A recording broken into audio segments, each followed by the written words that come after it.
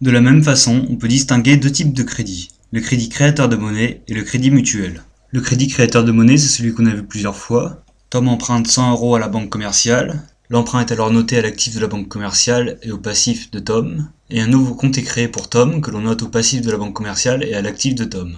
100 € sont donc créés. Lors d'un crédit mutuel, aucun argent est créé. Il préexiste donc 100 € que Bob détient, et Tom va emprunter à Bob ces 100 €. Il y a alors transfert des 100 € de l'actif de Bob à l'actif de Tom. Bob peut noter le prêt à Tom à son actif, et Tom doit noter l'emprunt à Bob à son passif. Les opérations sont réversibles. Lorsque Tom rembourse 20 € de son crédit, dans le cas du crédit créateur de monnaie, 20 € vont être détruits avec la diminution de l'actif et du passif qui constitue l'emprunt. Et dans le cas du crédit mutuel, les 20 € sont transférés de Tom à Bob sans être détruits, et les deux éléments qui constituent l'emprunt diminuent de 20 €. Dans le système 100% monnaie, le crédit créateur de monnaie va être interdit. La quantité de monnaie est alors strictement contrôlée, et permet ainsi une stabilité du système économique. La solution technique pour interdire le crédit créateur de monnaie, c'est d'imposer 100% de réserve obligatoire. La feuille comptable d'une banque commerciale ressemblera à quelque chose comme ceci. On distingue alors les dépôts à vue qui sont entièrement couverts par de la monnaie, car ils sont sujets aux 100% de réserve obligatoire. Et l'on distingue aussi les comptes épargne. Les comptes épargne, eux, ne sont sujets à aucune réserve obligatoire. Ils sont par contre sujets à un préavis préalablement défini entre la banque et l'épargnant. Ceci veut dire que si l'épargnant veut retirer son argent, il doit prévenir la banque un certain délai, par exemple 3 mois, avant le retrait.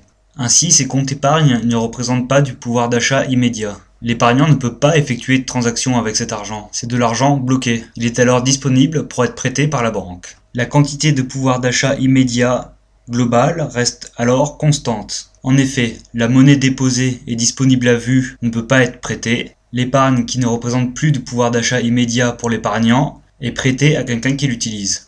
Deux remarques. Une limite de préavis légal doit être définie arbitrairement, auquel les comptes épargne seraient sujets.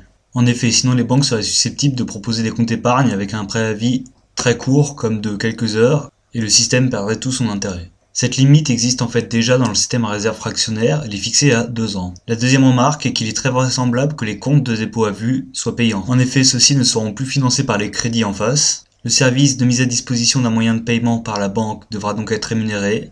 On peut s'attendre à un coût de 20 ou 30 € par compte par mois, puisque le service rendu par la banque serait alors très similaire à celui de la téléphonie mobile. Ce n'est que de la mise à disposition d'informations. Un des arguments phares contre le système 100% monnaie est la pénurie de crédit. Je répondrai à cet argument plus tard.